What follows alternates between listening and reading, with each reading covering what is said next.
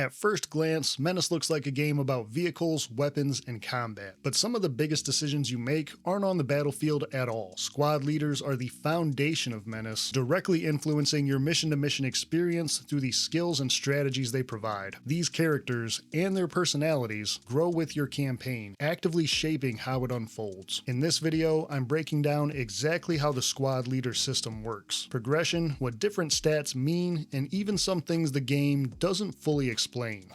The first thing to understand is that squad leaders and pilots play two different roles. Pilots are tied directly to vehicles or walkers and cannot be deployed without one. Should the vehicle they're piloting be destroyed, they will also be downed with it. Squad leaders, on the other hand, are like officers, commanding small groups of up to 8 squaddies in battle. Those squaddies function as a shared health and damage pool for the unit as a whole, and while taking hits can cause casualties, the squad leader themselves won't be downed until all of their squaddies are eliminated first. Regardless of which ones you choose, all pilots and squad leaders are named, voiced, and written characters. Each one has their own backstory and unique skill tree, which I'll talk about later, and cannot be renamed or have their appearance altered.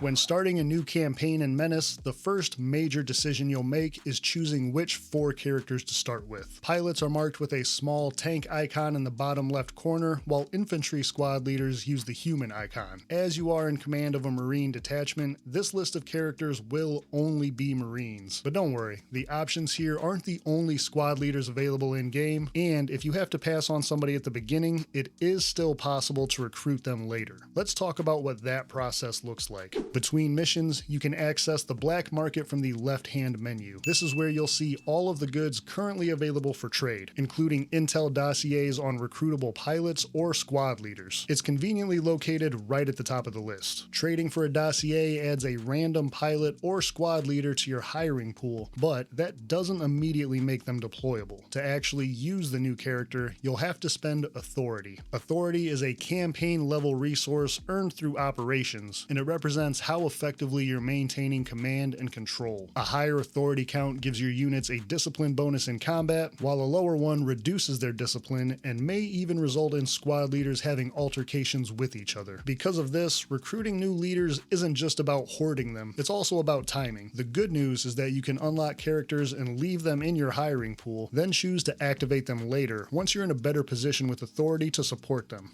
Choosing your leaders is an important decision, and one that would be pretty boring if they were all the same. Luckily, like a lot of things in Menace, this system has nuance and layers to it. So let's take a look at some of the considerations you should make when choosing who to deploy, including a progression system that the game is not very transparent about. Every leader starts with a defined set of unique stats and attributes. At first glance, these may seem like 2 separate categories, but they actually mirror and explain each other. What I mean by that is, starting at the top, the agility attribute determines how many action points a character has. Weapon skill converts to accuracy, valor to discipline, toughness to damage reduction, which can be negative, meaning that a leader takes extra damage, while vitality is hit points, precision is crit chance, and positioning is defense. These are all pretty standard RPG-style character attributes. The bottom 3 require a little bit more explaining though. Starting with the most straightforward, supply cost is the base amount of supply points that a leader uses when added to a mission. If you're unfamiliar with the supply point system in Menace, stay tuned because I'll talk a little more about that later. The promotion tax is actually added on top of that base supply cost for each promotion or perk that you give a leader, not including the one that they start with. As an example, Jane Darby's base cost is 40 supply points, but if I give her 3 promotions, that tax of 15 is added for each one, bringing her actual deployment cost to 85 supply points instead. Early on, this may not make much of a difference, but as you get better, more expensive gear and continue to promote leaders, these costs can really start to add up. This creates the strategic decision between choosing cheaper, possibly less effective squad leaders, or going all in on your expensive, best units at the cost of smaller squads or cheaper gear. But there is one other major wrinkle to consider with all of this: growth potential. This is a background mechanic that the game doesn't explain. What it boils down to is, every time that a character uses an action in combat, stat, there's a chance that an attribute will slightly increase, determined by their growth potential stat. The most obvious example is Marta, who has fairly low base stats and is therefore very cheap to deploy. However, her growth potential is a 9, one of the highest out of all the squad leaders. This means that over the course of the campaign, those lower stats can gradually increase and turn her into a great bargain. Of course, this comes with the growing pains in the beginning, but the trade-off is worth it in the long run if you really like a particular character or just enjoy seeing your soldiers improve. Add to this that every squad leader can take the new tricks perk to increase their growth potential by 3, and it turns every leader into a possible long-term strategic investment.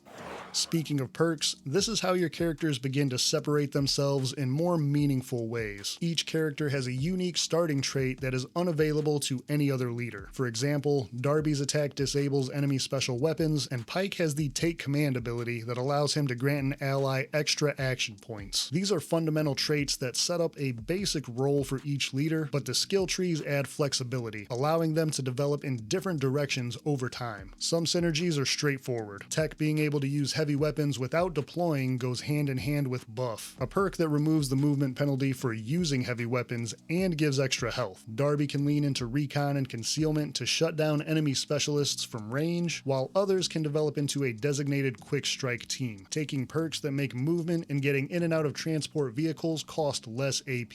The important thing here is that perk trees are layered. Early skills provide immediate benefits, but they also open up build options further down the tree. This makes it so that promotions aren't just an isolated decision. They actively build on each other to create specialized leaders and squads as your campaign progresses. All of this brings us back to the promotion system itself. In basic terms, promoting a squad leader is pretty much like leveling up. You get awarded promotion points by completing missions, they get a shiny new skill from the tree, and everybody's happy. But let's say you decide to change your build, or maybe you recruited a new leader that does the same thing better. This is where demotions come in. Any leader can have their skills taken away, but only in the order that you selected them, and you will only get half of the promotion points you spent back. This means that a character who's been given 4 promotions, for example, can only remove the second skill they were given by removing the third and fourth ones first. It gets expensive. While some of this may be unavoidable at times, planning ahead can help to limit the amount of wasted points. And if you should happen to dismiss a squad leader completely, you'll also only get half of whatever's been spent on them returned. There's a large range of weapons and accessories available in MENACE, but since that's not the focus of this video, I won't dive too much into it. At the core of everything is the supply point system that MENACE uses. Similar to tabletop rules, this is the cap for how much you're able to bring into any single mission, and squad leaders contribute to that cost through both their deployment and their gear. Leaders with more promotions are more capable, but also more expensive to deploy. That means their squads naturally demand more tactical trade-offs in terms of armor, weapons, and overall composition. For infantry squads, this breaks down into a standard weapon shared by the group and a special weapon used by the squad leader. Rather than just trying to maximize stats, these choices should reinforce the role that leader has been built for, whether that's survivability, mobility, or long-range recon and pressure. The same idea applies to pilots. Different vehicle chassis support different weapon categories, and those limitations define how exactly a pilot can be used to complement your infantry forces. That mobile quick strike team works great with an armored personnel carrier, but can't be done the same way with a basic ATV. In both cases, equipment isn't really a separate system. It's more of a reinforcement of earlier leadership and promotion decisions. When you step back and look at MENACE's squad leader system as a whole, what really stands out is how deliberately connected it all is. Promotions make leaders stronger, but they increase the deployment cost. Perks add nice bonuses, but also unlock future synergies and builds. Even demotions carry weight. You can respec, but it's expensive, inefficient, and intentionally painful. The game is constantly nudging you to think ahead, resulting in a system that rewards planning, specialization, and commitment. You're encouraged to define clear roles for your leaders, build squads that complement them, and deal with the trade-offs that come with those choices. That's what makes squad leaders the core of MENACE's tactical identity. They're not just units, but instead long-term investments that pay off across your entire playthrough. If you found this breakdown video useful, consider subscribing for more MENACE and turn-based strategy coverage, deep dives, and system explainers.